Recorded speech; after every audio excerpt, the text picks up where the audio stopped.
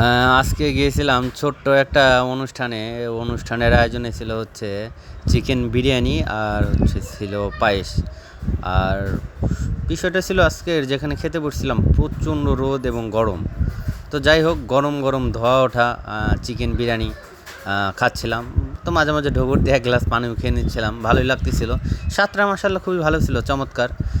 খুব খেতে পারিনি গরমের কারণে, কিন্তু মাশাআল্লাহ ভালোই লাগছিল। কিন্তু খারাপ লাগার কারণটা ছিল হচ্ছে প্রচণ্ড গরম, মানে এত গরম ছিল যে, আর রোদের প্রখরতার কারণে প্রচণ্ড ঘামছিলাম, যার কারণে ফাঁকি টিস্যু নিয়ে নিলাম।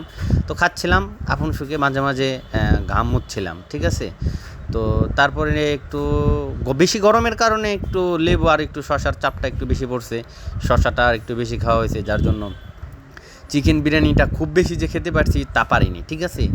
আর গরম না হলে মাশাল্লাহ ঘাপুস ঘুপুস আরও একটু বেশি খেতে পারতাম।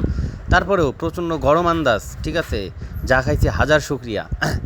আর বিশেষ করে আমার যত খাবারই খাই, এই অনুষ্ঠানের বিরিয়ানি হোক, গরুর মাংস হোক, ঠিক আছে, পায়েস হোক, মানে এই খাবারগুলোর স্বাদ আমি অন্য কোথাও খুঁজে পাই না।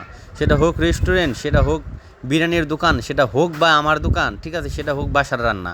মানে এই যে আমাদের মানিকগঞ্জ সিঙ্গার ট্রেডিশনাল যে অনুষ্ঠানগুলো, সেই অনুষ্ঠানগুলোর খাবারের স্বাদ শুধু সেই অনুষ্ঠানগুলোতে আপনি খুঁজে পাবেন, এর বাইরে ব্যতিক্রম আপনি অন্য কোথাও খুঁজে পাবেন না। যার জন্য অনুষ্ঠানের যদি দাওয়াত হয়, আমি চেষ্টা করি সেই সব অনুষ্ঠানে গিয়ে মানে অ্যাটেন্ড করার জন্য। আর এই খাবারের স্বাদটা বিশেষ করে আমার হৃদয়ে গেঁথে থাকে। যার জন্য হচ্ছে দেখা যাচ্ছে কষ্ট হলেও দেখা যাচ্ছে দোকান রেখে বা দোকানের কাজটা গুছিয়ে রেখে এসে খেয়ে নিই। তো লাস্ট মাস্ট সেটা হচ্ছে পায়েস।